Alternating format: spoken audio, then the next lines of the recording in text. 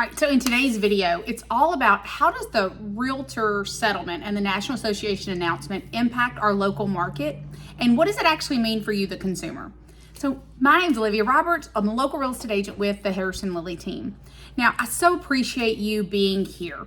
Now, if you're watching this video and you learn anything new today, all I ask is leave us a like and subscribe to our growing community. We'd really appreciate that. Now, you can also book a call directly with us if you check out the link in the description. That is, if you're looking to move in the next year. So, okay, so diving right in. So the National Association of Realtors, they have agreed to settle the litigation that actually accused the industry of artificially inflating real estate commissions, thus impacting the affordability of homes. Now, National Association of Realtors continues to deny any wrongdoing. So let's break all this mumbo jumbo down.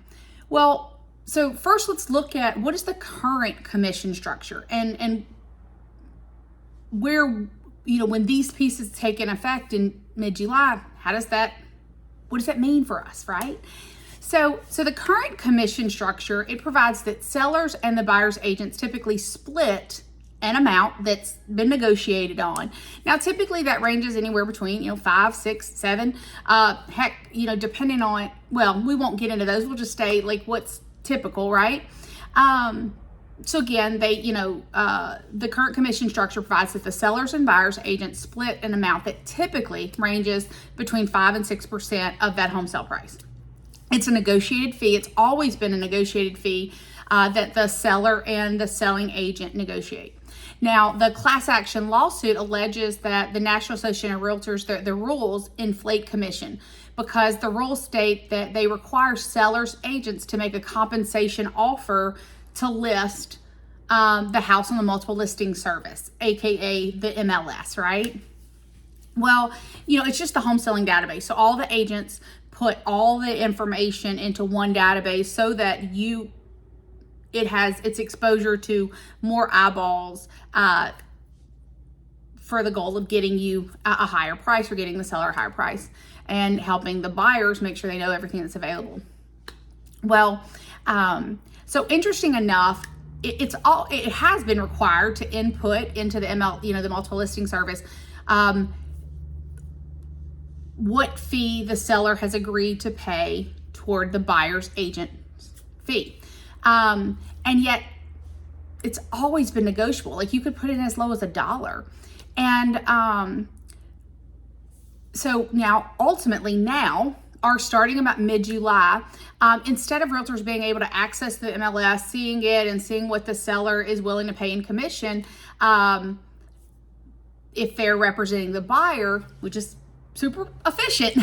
Now, after about the mid-July, prior to showing a house, that agent will call the listing agent and ask them, hey, what is the commission that the seller has agreed to pay the buyer's agent or pay on behalf of the buyers? And so that's, the other requirement is starting in mid-July is all agents, when they're working with buyers, they must sign a buyer's representation agreement with their clients. Now, this has always been best practice, and yet now it is a requirement. All right. Now, one side of the agreement believes that in decoupling the commissions, this could dramatically lower how much consumers pay in their home transactions. Now, on the other side, skeptics question whether this agreement is it going to significantly change the status quo? See, like in Washington State, the seller hasn't been required to offer a buyer's agent commission for like 4+ years, and sellers are still offering commission. There was actually a Washington State agent that was quoted in the Seattle Times, and she said, look, we really haven't seen a big shakeup in the compensation being offered by the sellers. So I'd love to hear from you. What do you think about this? Are you seeing a lot of this online? Where do you land on it as a consumer? Now, I also want to spend some time and I want to talk about real life and where we live, Northeast Louisiana, right? Specifically Ouachita Parish and those surrounding parishes, right? Well, what happens here?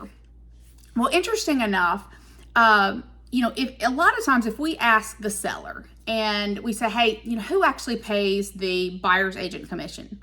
Well, they tend to think they pay the agent's fee, their agent, and the other agent's fee, the agent that represents the buyer, because it shows up on the seller side of the settlement statement. Absolutely, right? So it comes out of their proceeds.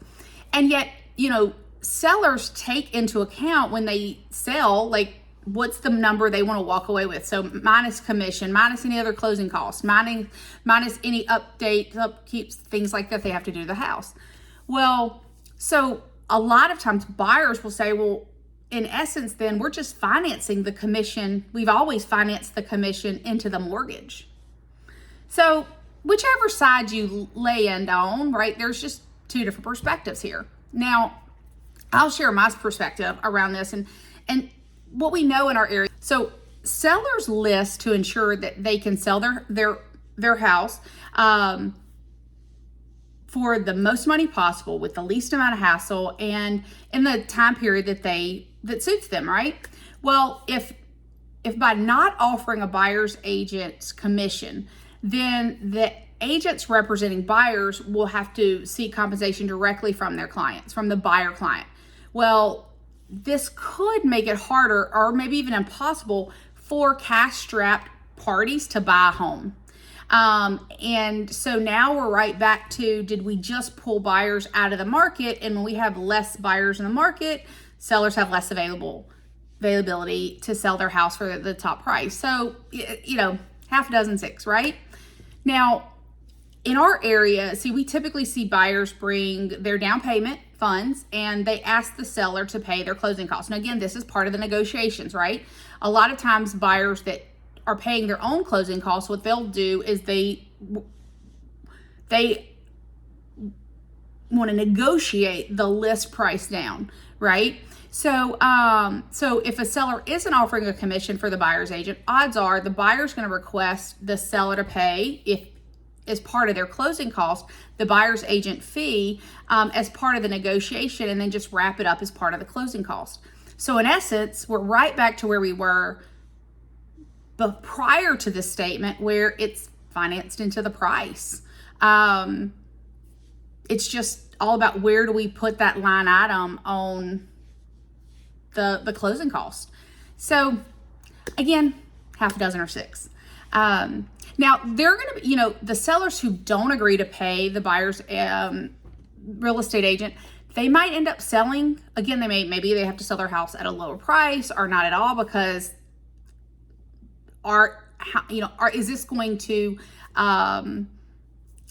put buyers out that can't afford this now, and who would rather not buy a house without some type of representation? Because I'm sure, I'd love to hear from you guys, when you bought your house, what are some of the things that came up that you didn't expect to come up? If you're a realtor listening to this, what are some of the things that you think that your clients might not know that you're doing on the back end? It's an interesting concept. So, and we do see this for sub owners. Like, we have somebody that they're selling their house, no agent. And so if the agent's representing a buyer, they will typically call that seller and say, hey, I've got somebody, we've looked at all the properties online and we haven't found them anything yet, but I came across yours. And we consider for sub owner just non-secured, meaning like we don't know if we're going to get paid or not. And so you call that seller and you say, hey, are you willing to pay the buyer's agent fee? And the seller typically says yes, as long as the offer still supports their desired walkaway money, right? Because it's just part of negotiation. Now, if the seller says no, then the buyers, they can either agree to pay their agent's fee out of pocket or negotiate it as part of their closing cost, or they choose to walk away from the house. And it just goes back to what makes the best sense for them, right? So now, while there's no way to know exactly where all of this lands, and yet this is my take based on what we know so far. Now, as we at the Harrison Lilly team, we're going to continue to update the community. So again, if you haven't, go ahead and subscribe. That way, and when we do updates, and we're going to let you know these and other things, you'll get notification that letting you know that we've made a new video.